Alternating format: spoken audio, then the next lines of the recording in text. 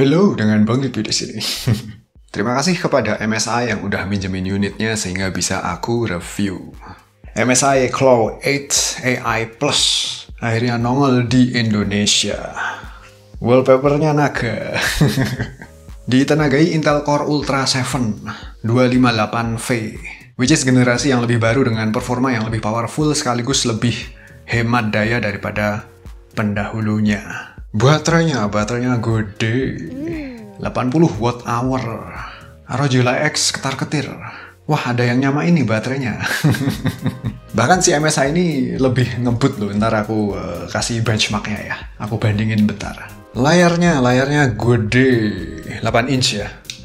Di saat kompetitornya biasanya pada di 7 inch. Kebanyakan sih gitu ya. Tapi kedepannya aku yakin pada beralih ke 8 inch. Apalagi, setiap pembelian pada periode tertentu bakal dapat game gratis. Dapat Diablo 4 ya. Vessel of Hatred. Dan ada bonus lagi Steam Wallet sebesar $50. Itu doang nggak ya, dapat trial Game Pass selama 30 hari. Bonusnya mantap. Dan pasti ada yang nanya ya, so mending ini atau ROG Ally X bang? Ntar aku bahas komparasinya seuprit ya. Begini reviewnya plus minusnya si MSI Claw 8 AI Plus.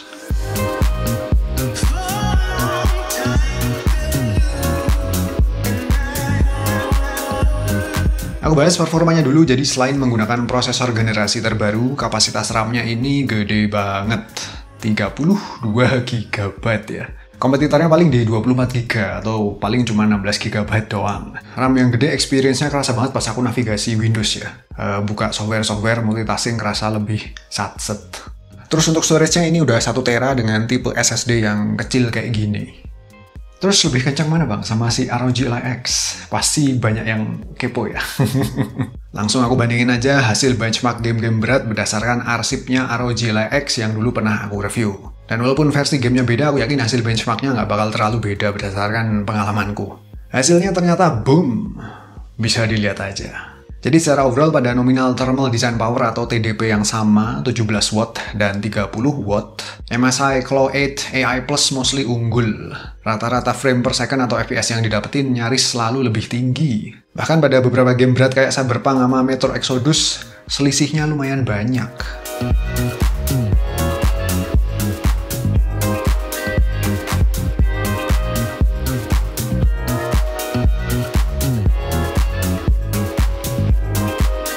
Ya paling cuman pada game Forza Horizon 5 yang nyaris identik. Selisih secuil doang sih pas di TDP 30 watt ya. Padahal patut diketahui bahwa doi ini dijalanin pada resolusi yang lebih gede. Ini kan 8 inch resolusinya 1920x1200. Pada ROG Ally X, resolusi maksimalnya kan cuman 1920x1080. 11% lebih tinggi di sini resolusinya, sehingga beban rendernya ya lebih berat. Kalau resolusinya aku samain mungkin bakal lebih tinggi lagi hasil skor benchmarknya di sini. So MSI Claw 8 AI Plus secara overall ternyata lebih powerful. Terngebut so far ya. Bahkan uniknya untuk jalanin TDP 30 watt doi nggak perlu dicolok ke listrik. Kalau si ROG Ally X kan perlu dicolok ke listrik untuk dapetin boostnya di 30 watt ya. Dan ketika gaming, mindsetku ya masih sama kayak di handheld PC gaming pada umumnya ya. Set grafik preset ke medium atau bahkan ke low guna dapetin nominal FPS yang PW. Bahkan kadang resolusinya aku turunin hingga 800p guna dapetin battery life yang lebih awet pastinya. Ya emang sih jadi sedikit pecah visualnya, tapi recommended buat mainin game-game yang berat banget macam Black Myth Wukong misalnya. Habis itu untuk settingan TDP, di sini terdapat 3 user scenario ya. Ada AI Engine, Endurance, sama Manual. Pada user scenario manual terdapat 3 preset TDP yang bisa dipilih, ada 8 watt, 17 watt, dan 30 watt. 17 dan 30 watt tentu merupakan pilihan ideal ya untuk mainin game-game yang berat. Dan pada opsi manual terdapat pula pengaturan fan speed, selalu aku set ke auto pastinya. Sayangnya untuk mengubah TDP secara custom, misal pengen di set ke 20 watt, 22 watt, atau 23 watt, nggak ada. Hanya tersedia opsi fix di 3 pilihan aja ya, 8, 17, dan 30 watt. Habis itu user scenario AI Engine ini secara otomatis bakal mengoptimize performa yang dihasilin ya menggunakan AI. Klaimnya sih gitu ya. Dan selama pengetesan, user scenario AI Engine mostly memberikan nominal rata-rata FPS di antara TDP 17 dan 30 watt.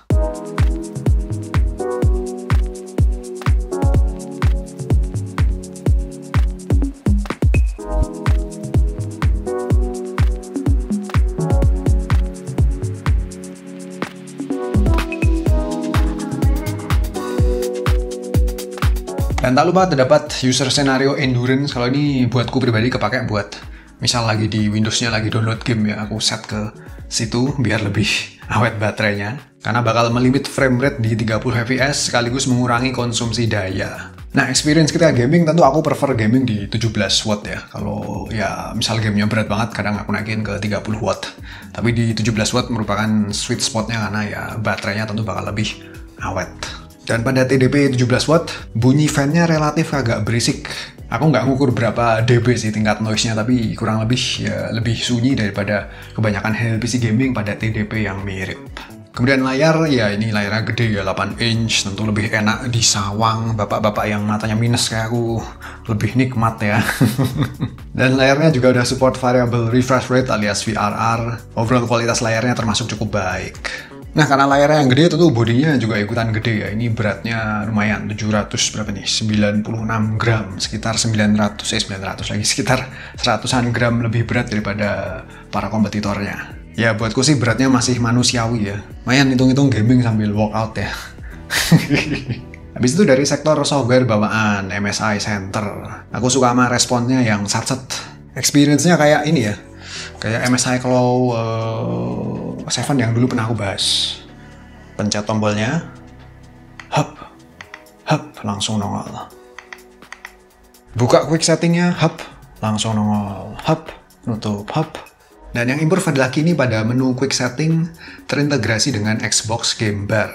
Sebagai yang suka manfaatin toolnya Xbox atau bahkan langganan Game Pass, hal kayak gini bisa jadi nilai plus. Jadi pada quick setting terdapat beberapa tool yang bisa dimanfaatin. Sedikit keluhanku paling absennya built-in FPS limiter. Tapi FPS limiter bisa ini sih, bisa dieksekusi via software Intel grafiknya ya. Ya kurang praktis tapi but it works. Terus pada pilihan user scenario, menurutku bakal lebih praktis kalau misal terdapat 3 pilihan nominal watt TDP di quick settingnya. Alih-alih kudu masuk dulu ke MSI Center-nya untuk mengaksesnya. Biar lebih simple eksekusinya ya, semoga bisa diwujudin di software update selanjutnya. Oh ya, satu komplain lagi adalah pada real-time monitornya ini yang nampilin FPS, baterai, data power, dan lain-lain ya. Kagak bisa digeser-geser posisinya sehingga kurang fleksibel. Jadinya kadang nutupin elemen UI pada game-game tertentu. Dan lagi-lagi semoga bisa diimprove ke depannya. Dan selebihnya aku jarang nemu bug sih pada software MSI Center ini. Kalau bug di Windows malah kemarin sempat nemu ya. Layarnya nggak mau sleep. Aku restart langsung normal sih. Ya biasalah tipikal Windows. Hidup Linux dan Mac. Ya ngomong-ngomong soal Linux, apakah bisa diinstal Linux Bazite Bang? Jawabannya bisa.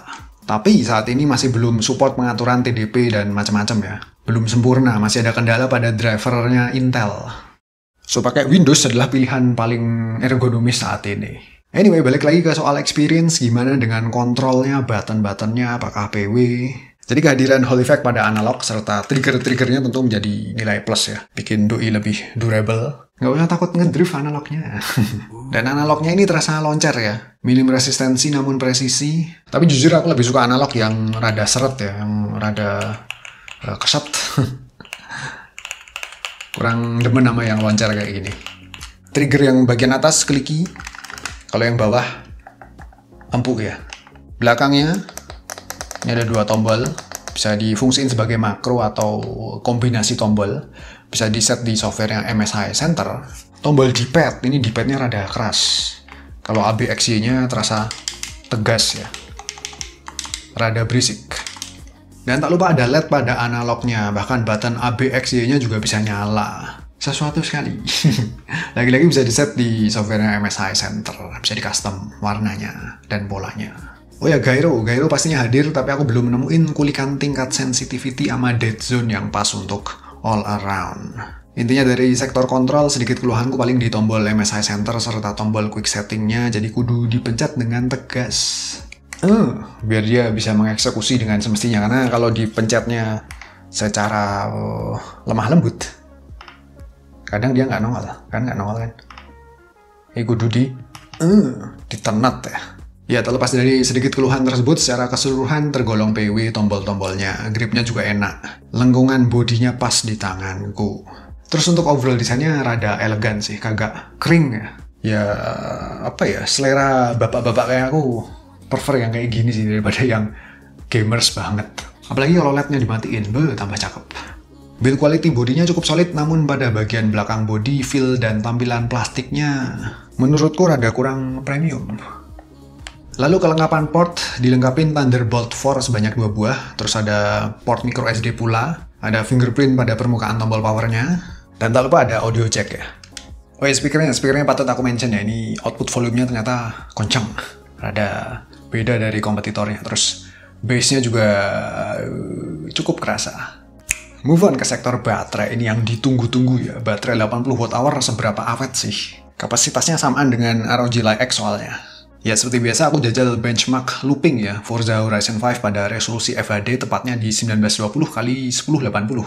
Biar samaan dengan handheld PC gaming yang pernah aku review ya. Grafik presetnya di medium, layarnya 250 nits, dan parameter-parameter lainnya yang kurang lebih mirip kayak pada pengetesan para kompetitornya. Hasilnya, jeng, aku bisa dapetin 2 jam 46 menit. Mantap. Tapi masih awetan si ROG Ally X sih. Di Ally X kan aku dapat skor 2 jam 54 menit ya. Selisihnya cuma 7 menit sih. Nggak terpaut terlalu signifikan. Toh layarnya MSI ini kan lebih gede. Tentu butuh daya lebih ekstra ya. So, untuk sektor baterai ya ini termasuk gede dan awet karena masih jarang handheld PC gaming yang mengusung baterai kapasitas 80 Wh. Kebanyakan kan masih pada di 50-an Wh.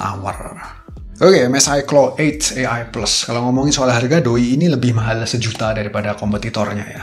Kompetitor sekelasnya. Sebut saja si ROG Ally X. Ya dia harganya 15 juta kembali 1000.